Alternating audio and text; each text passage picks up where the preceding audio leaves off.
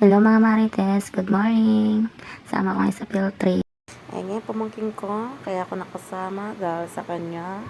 Ayan, pasakay na kami ng bus para sa mga pambiyahe papuntang Pampanga. Kita niyo naman, excited ang mga parents, mga estudyante. Yung bata, pangiti-ngiti lang, pero yan, kabado na dahil sukahin niyan sa biyahe. Kaya may ready na siyang gamot, Bonamine. Ayan, pagkasakay namin, tulog-tulugan para hindi makasuka. Kayo ba mga Marites? Ganyan din ba kayo? Sukahin din ba kayo sa biyahe?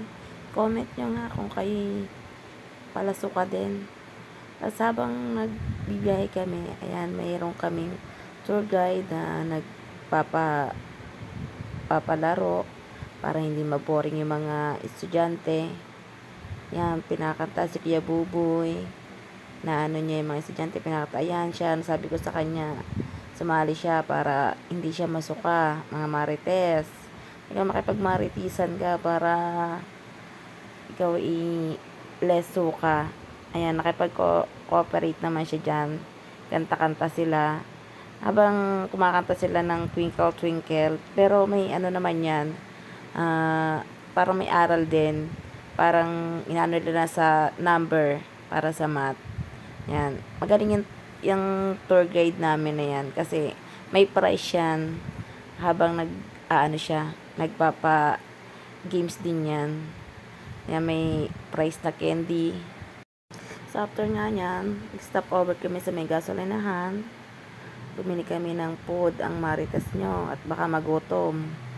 Ayan, stop over kami dyan. Nagbili lang kami dyan sa McDo. Ayan, tapos tanaw-tanaw. 30 minutes lang binigay sa amin. Mga iihi kasi malayo nga yung biyahe. Iba mga nag-CR. Kaya pabalik na ulit kami ng shuttle. Dahil bibiyahe na ulit kami. Ang una namin destination. Yan. Yan ba, Silid Aklata ni Pangulong Diosdado Macapagal. Simple lang. Yan. Okay naman. Yan yung entrance. Yan, makita niyo yan. Silid Aklata Museo. Yan, may kubo. Pero parang bahay lang din namin yan dati, oh. Ganyan na ganyan yung bahay namin. Yan, tapos yan na. Yan. Yung mga estudyante, picture. Yan. Tapos sa loob, ayan na yung pinakang loob. Yan.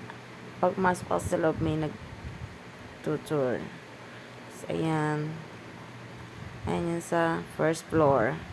Yan, makikita yung kanyang unang silid. Ayan, tapos sa second floor naman kami. Akit sa second floor, babalawa ka pala yung mga painting dyan kasi pinagbabawal nila baka daw masira. Tsaka bawal din yung mga may flash na camera. Ayan, akit yung sa second floor. Pagdating yung second floor, nakita mo dyan yung nangyari bulto ni Pangulo. Ayan. Kasi ang dami aklat. Tapos, yan, may kalabaw. Yan lang, tingin-tingin nyo lang sa second floor.